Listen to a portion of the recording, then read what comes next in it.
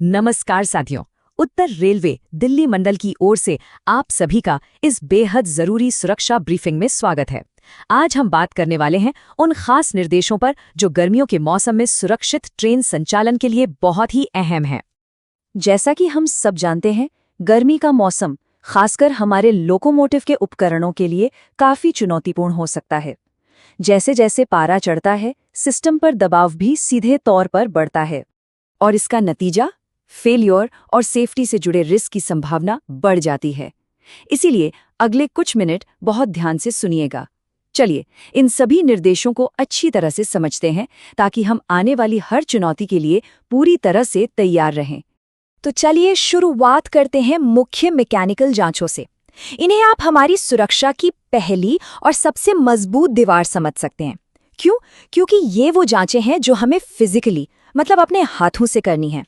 इस सेक्शन में हम 4 मुख्य पॉइंट्स पर फोकस करेंगे। पहला, एक्सेल बॉक्स। दूसरा, ऑयल लीकेज और लेवल। तीसरा, एग्जॉस्ट और टर्बो सिस्टम। और चौथा, डस्ट ब्लोअर। तो आइए एक एक करके इन सबको समझते हैं। सबसे पहले बात करते हैं एक्सेल बॉक्स के तापमान की। इसकी जांच हमेशा उल्टे हाथ से छूकर करनी चाहिए क्योंकि हाथ का ये हिस्सा ज्यादा संवेदनशील होता है। ये एक बहुत ही आसान लेकिन उतनी ही असरदार जांच है। और हाँ, अगर आपको तापमान में जरा भी कुछ गड़बड़ महसूस हो तो एक पल की भी देरी किए बिना तुरंत अपने क्षेत्रीय टीएलसी को इसकी सूचना दें। हमारा अगला पॉइंट है ऑयल लीकेज और लेवल की जांच। अगर आप इलेक्ट्रिक लोको पर हैं तो ट्रांसफार्मर, टैप चेंजर, एमपीएच और ट्रैक्शन कन्वर्टर पर पैनी नजर रखें और डीजल लोको पर फ्यूल ऑयल और ल्यूब ऑयल पर खास ध्यान दें। सबसे जरूरी बात यह है कि आपको हमेशा ये पक्का करना है कि ऑयल का लेवल उसकी तय सीमा के अंदर ही हो। डीजल लोको क्रू के लिए ये 2 जांचें बहुत ही अहम हो जाती हैं। एक, एग्जॉस्ट मैनिफोल्ड से किसी भी तरह की गैस लीकेज तो नहीं हो रही, और 2, टर्बो सुपरचार्जर से कहीं ऑयल तो लीक नहीं हो रहा। याद रखिए, गर्मियों में इन सिस्टम्स पर वैसे ही अतिरिक्त दबाव रहता है, इसलिए हमारी सतर्कता और भी जरूरी है।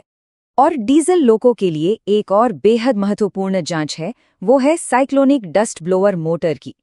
इसकी कार्यशीलता को अच्छी तरह से परख लें। ये मोटर लोको के कूलिंग सिस्टम की जान है, खासकर जब बाहर का तापमान बहुत ज्यादा हो। अच्छा, तो मैकेनिकल जांच के बाद अब हम आगे बढ़ते हैं लोको के सहायक सिस्टम्स और दूसरे उपकरणों की तरफ। देखिए, ये सिस्टम्स हमारे मुख्य सिस्टम्स को सपोर्ट करते हैं, इसलिए इनका भी ठीक से काम करना उतना ही जरूरी है। इस लिस्ट में सबसे पहले है एयर ड्रायर। आपको ये पता करना है कि इसकी वर्किंग कंडीशन कैसी है। अगर ये ठीक से काम नहीं कर रहा है या किसी वजह से इसे आइसोलेट किया गया है तो इसकी सूचना फौरन क्षेत्रीय टीएलसी को देनी है ताकि इस पर समय रहते एक्शन लिया जा सके। अब आते हैं कैब के माहौल पर, जो सीधे सीधे हमारी कुशलता से जुड़ा है। लोकोस को शेड से बाहर निकालने से पहले ये सुनिश्चित करना हमारी जिम्मेदारी है कि दोनों कैब में पंखे ठीक से चल रहे हों। और एसी वाले लोको के लिए तो नियम बिल्कुल साफ है। अगर एसी काम नहीं कर रहा है तो वो लोको शेड से बाहर नहीं निकाला जाएगा। इस नियम में कोई भी ढील नहीं दी जा सकती। किसी भी आपात स्थिति के लिए अग्निशामक यंत्र यानी फायर एक्सटिंग्विशर हमारी सबसे बड़ी सुरक्षा है। यहाँ 3 बातें पक्की करनी है। पहली, ये सही प्रकार और सही संख्या में लोको में मौजूद हो। दूसरी, इनकी एक्सपायरी डेट जरूर जांचें। और तीसरी, जो कि सबसे अहम है, आपको लोको में मौजूद हर तरह के यंत्र को इस्तेमाल करने की पूरी और सही जानकारी होनी चाहिए। अब हम बात करेंगे उस सिचुएशन की जब लोको का सिस्टम खुद हमें किसी फॉल्ट के बारे में अलर्ट करता है। ऐसे में हमारी सही और तेज प्रतिक्रिया क्या होनी चाहिए, ये जानना बहुत ही जरूरी है। मान लीजिए सिस्टम किसी ट्रैक्शन मोटर या ब्लोअर को आइसोलेट कर देता है, तो आपका पहला कदम क्या होगा? तुरंत डीडीएस में उसका तापमान चेक करें। अगर तापमान नॉर्मल से ज्यादा है तो खास सावधानी बरतें। फिर जैसे ही पहला सुरक्षित मौका मिले, नीचे उतरकर अंडर फ्रेम में फिजिकली जांच करें और जो भी स्थिति है उसकी पूरी जानकारी टीएलसी को दें। और अगर ऑक्सिलरी कन्वर्टर आइसोलेट हो जाए तो टीएसडी के मुताबिक कंट्रोल इलेक्ट्रॉनिक्स को एक बार ऑफ करके ऑन करें।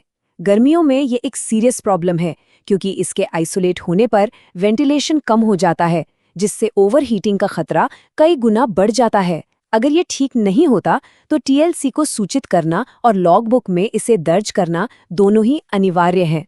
ये एक बहुत ही ज़रूरी निर्देश है। इसे हमेशा ध्यान में रखें। DDU पर आई किसी भी फॉल्ट मैसेज को, चाहे वो प्रायोरिटी 1 हो या 2, बिना पढ़े या नोट किए कभी भी एक्नॉलेज मत कीजिए। क्यों? क्योंकि जैसे ही आप उसे एक्नॉलेज करते हैं, वो मैसेज स्क्रीन से हमेशा के लिए गायब हो जाता है। ऑनलाइन ट्रबल शूटिंग के दौरान सुरक्षा हमारी पहली और आखिरी प्राथमिकता होनी चाहिए।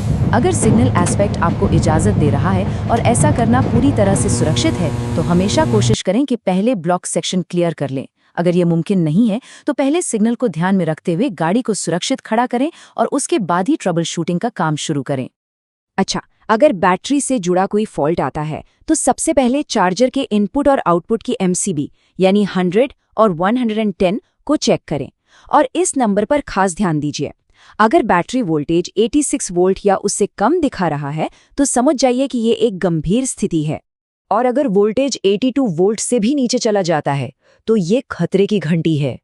इस स्थिति में लोको कभी भी बिना कोई चेतावनी दिए शटडाउन हो सकता है, इसलिए हमें पूरी तरह से सतर्क रहना होगा।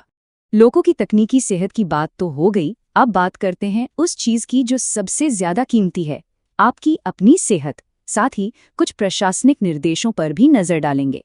गर्मियों में डिहाइड्रेशन का खतरा बहुत बढ़ जाता है। इससे बचने का सबसे आसान और सबसे असरदार उपाय ये है कि आप अपने पास हमेशा ORS का घोल रखें और ड्यूटी के दौरान समय समय पर इसे पीते रहें। याद रखिए, आपकी सेहत सबसे ऊपर है।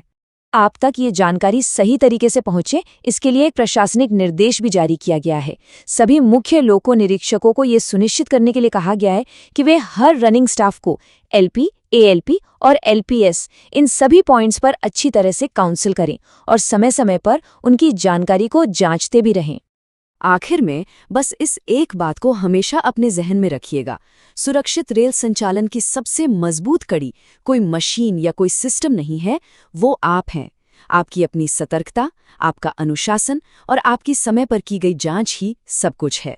हमें पूरा विश्वास है कि आप इन सभी निर्देशों का पूरी लगन और जिम्मेदारी से पालन करेंगे और सुरक्षित एवं सुचारू रेल संचालन में अपना अमूल्य योगदान देंगे।